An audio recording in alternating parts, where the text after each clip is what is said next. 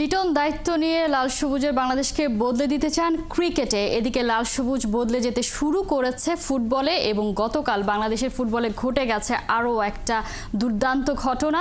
সমিত সোম এখন পুরোপুরি বাংলাদেশের তো আগেই হয়ে গিয়েছিল এবং বাংলাদেশের হয়ে মাঠে নামতে তার এখন আর যে বাধাটা ছিল সেই বাধা নেই, ফিফার গ্রিন সিগন্যাল পেয়ে গেছে। আমরা এ নিয়ে কথা বলতে চাই। আমাদের সাথে স্টুডিওতে এই মুহূর্তে আছেন ক্রীড়া সাংবাদিক হাসান মাহাদি। হাসান মাহাদি, গুড নিউজ, মানে আমাদের সবার জন্য। আমরা আপনার সাথে অনেকবার কথা হয়েছে যে কবে খেলবে, 10 জুন খেলতে পারবে কিনা, এটা একটা লাক্সারি হবে কিনা যদি 10 জুন সমিত সোমকে আমরা হামজা চৌধুরীর সাথে দেখতে চাই, এই চাওয়াটা। সেই জায়গায় একদিনের মধ্যে ফিফা অ্যাপ্রুভ দিয়ে দিল, মানে এটা একটা অবিস্মরণীয় ঘটনা। এবং যেটা যিনি সফল করেছেন এবারের বাফুফের যে নতুন সভাপতি সহসভাপতি, প্রত্যেকের চেষ্টা, এই পুরো বিষয়টা আপনি কিভাবে দেখছেন? কনা, যখন এইখানে এই সমিত সোমকে নিয়ে আলোচনা হচ্ছিল আপনার সাথে এবং খালিদের সাথেও আমি আলোচনা করেছি এবং আমি খুবই স্ট্রংলি বলেছি যে সিঙ্গাপুরের বিপক্ষে এই ম্যাচে সমিত সোমকে আমরা হয়তো পাবো না। নিশ্চিতভাবে আমি এটা নিশ্চিত ছিলাম, কারণ হামজার যে প্রসেস আমরা দেখেছি সেই প্রসেসের ধারাবাহিকতায় যেহেতু সমিত সোমের বাবারও পাসপোর্ট ছিল না, বাংলাদেশি পাসপোর্ট ছিল না, সুতরাং এই পুরো প্রসেসটা আমার কাছে মনে হয়েছিল 4 থেকে 5 মাস সময় লাগবে। কিন্তু এই অসম্ভব কাজটাকে আসলে যিনি সম্ভব করে দেখিয়েছেন, আপনি তার নাম বলেছেন, বাংলাদেশ ফুটবল ফেডারেশনের এই মুহূর্তে যিনি সভাপতি আছেন তাবিদ আউয়াল, তার কারণে আসলে আমরা একটা প্রতিবেদনে দেখছিলাম এবং মোটামুটিভাবে যতটুকু জানি যে তিনি নিজে যখন বেগম খালেদা জিয়াকে নিয়ে বাংলাদেশে ফিরছিলেন বা ওনার সেই ফেরার বহরে উনি যুক্ত ছিলেন, সেই সময়টাতে উনি হিথ্রো এয়ারপোর্টে বসে সেখান থেকে তিনি নেগোশিয়েট করেছেন ফিফার সাথে যেন কাজটা দ্রুত তার সাথে শেষ হয়। সিঙ্গাপুরের বিপক্ষে এই ম্যাচটায় হামজা এবং সমিতকে যদি একই সাথে পাওয়া যায়, সেটা আসলে বাংলাদেশ ফুটবলের জন্য কত বড় বিজ্ঞাপন, বাংলাদেশ ফুটবলের কেপিআইকে কোন জায়গায় নিয়ে যাবে। একই সাথে এই মুহূর্তে হামজা আসার কারণে বাংলাদেশ ফুটবলে যেই ধরনের ক্রেজ তৈরি হয়েছে, সেই ক্রেজটা 3 গুণ 4 গুণ 5 গুণ এমনকি 10 গুণ পর্যন্ত বেড়ে যেতে পারে। সুতরাং all credit goes to mister Tabid Awal. আসলে তার এই মুহূর্তে আমি যদি বলি সুযোগ্য নেতৃত্ব, তিনি এই ফুটবল ফেডারেশনের দায়িত্বটা নেওয়ার পরে, তিনি প্রেসিডেন্ট হওয়ার পরে বাংলাদেশ ফুটবল ফেডারেশন নানান জায়গায় জটিলতার মধ্যে ছিল। একই সাথে আর্থিক অনিয়মের ব্যাপার ছিল আগের বোর্ডে। কাজী সালাউদ্দিন যখন ফেডারেশনে ছিলেন, সেই জায়গা থেকে এই জায়গায় উত্তরণ করে নিয়ে আসা।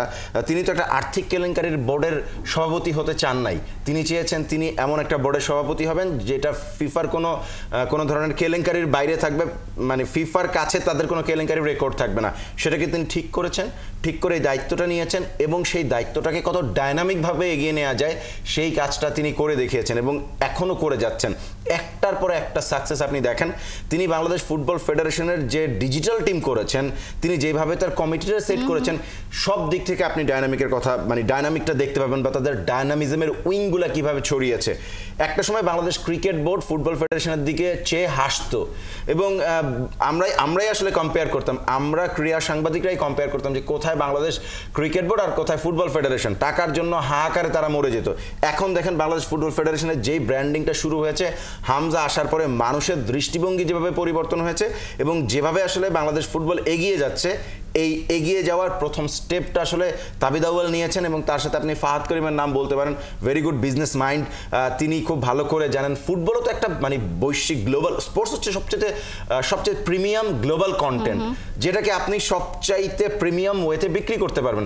এই বিক্রির মানুষটা আগে ছিল না। ফুটবলকে কিভাবে ব্র্যান্ডিং করতে হবে, কিভাবে এই জিনিসটাকে ঠিক জায়গায় নিয়ে যেতে হবে, সেই কাজটা কিন্তু কেউ করে দেখাতে পারে নাই, তারা পারছেন। এই ডায়নামিক নেতৃত্ব বাংলাদেশ ফুটবলকে আগামী 2 বছরের মধ্যে ক্রিকেটকে অনেকটা পেছনে ফেলে এগিয়ে যাবে, কারণ তারা এখন সবসময় তারকাদের উপরে নির্ভর করে তো একটা স্পোর্টস এগিয়ে যায়।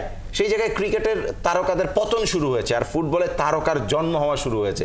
সুতরাং এই জন্মের ম্যাচুরিটি আমরা 2 বছর পরে দেখতে পাবো বাংলাদেশ ফুটবল আসলে কোন জায়গায় আছে। শুধু তো আসলে নতুন ফুটবলার আনা, বাংলাদেশি বংশোদ্ভূত ফুটবলার আনা সেটা না, আমরা দেখেছি তাবিদ আউয়ালের যে ফেডারেশন, তারা ইয়াংদেরকে নিয়েও কাজ করছে বয়স ভিত্তিক। আপনার সাথেই আমার আলোচনা হচ্ছিল যে এইভাবে ফুটবলার এনে তো আসলে আলটিমেটলি সাস্টেনেবল কোনো সাকসেস সম্ভব না, কিন্তু সেটা যে সম্ভব না সেটাও তারা জানেন। এবং আমরা সবসময় খেলাধুলায় বলি যে কুইক রিফ্লেক্সটা সব থেকে বেশি জরুরি, যেটা এই ফেডারেশনের আছে। এবং তাবিদ আউয়াল এবং ফাহাদ করিম তারা প্রত্যেকবার দেখেছে হামজা আসার পরেই সমিত সোমকে সাথে সাথে কানেক্ট করা এবং সার্বক্ষণিক লেগে থাকা, এই বিষয়টাও তো একটা দারুণ ব্যাপার ছিল।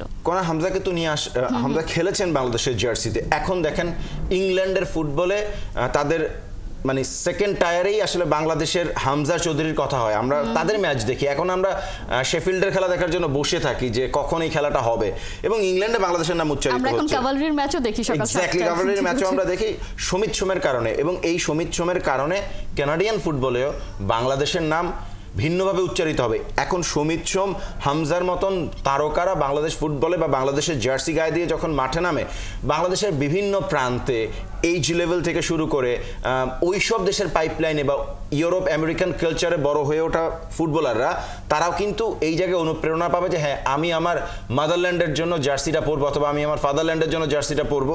সেই এই অনুপ্রেরণা, লিওনেল মেসি তো চাইলে স্পেনের হয়ে খেলতেই পারতেন, কেন তিনি আর্জেন্টিনার হয়ে খেলেছেন? কারণ তিনি তার মাতৃভূমি বলেন আর পিতৃভূমি বলেন সেই জার্সিটাই গায়ে চড়াতে চেয়েছেন।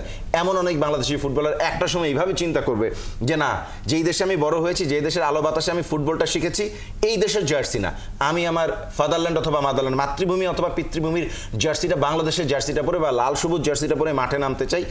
এই এই এই ব্র্যান্ডিংটা আসলে শুরু হয়েছে। জার্সিটার মধ্যে যে একটা কত বড় অহংকার লুকিয়ে থাকে, সেটা আমরা ক্রিকেটে দেখলে ফুটবলে কিন্তু এই ব্যাপারটা মিসিং ছিল। কিন্তু এবার আমরা দেখেছি যে অ্যাওয়ে জার্সি স্টক আউট হয়ে গেছে রিলিজ হওয়ার সাথে সাথে, এবং এবার নিশ্চয়ই হোম জার্সিটাও একই ব্যাপার হবে। এবং আমরা তো এখন থেকেই শুনছি যে টিকিট কত হবে সেটা নিয়েও আসলে দর কষাকষি চলছে। মানে ফুটবলের নতুন দিনের যে শুরুটা হয়েছে সেটা আসলে চলছে, এবং এই কন্টিনিউশনটা আমরা দেখতে চাই। এবং 10 জুন বাংলাদেশ জিতবে ঘরের মাটিতে, সেটা আমরা প্রত্যেকে প্রত্যাশা করতে চাই। হাসান মাদি, অসংখ্য ধন্যবাদ।